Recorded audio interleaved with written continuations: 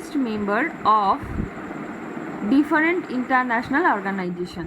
কোন দেশটি ব্রিক্সের নতুন 5 সদস্যের মধ্যে নয়? এটার অ্যান্সার হচ্ছে সুইডেন। যে 5 সদস্য ব্রিক্সে 2024 জয়েন করেছে তারা হচ্ছে ইরান, ইউএই আর এই 3টি, মিশর, সৌদি আরব, ইথিওপিয়া। এর হেডকোয়ার্টার হচ্ছে চায়না, সাংহাই।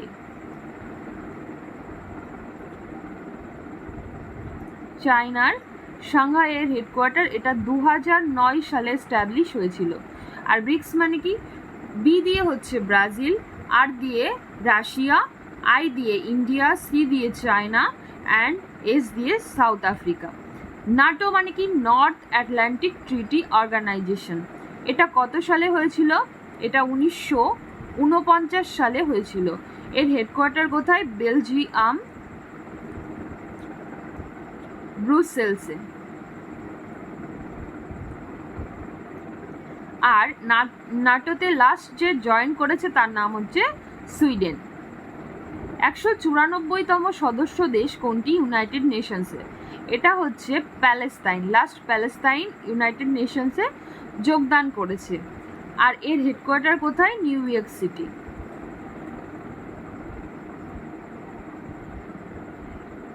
এটা এস্টাবলিশ হয়েছিল কবে? 1945 সালে। ওপেক ফুল ফর্ম কি? ওপেক মানে হচ্ছে oil and petroleum exporting countries.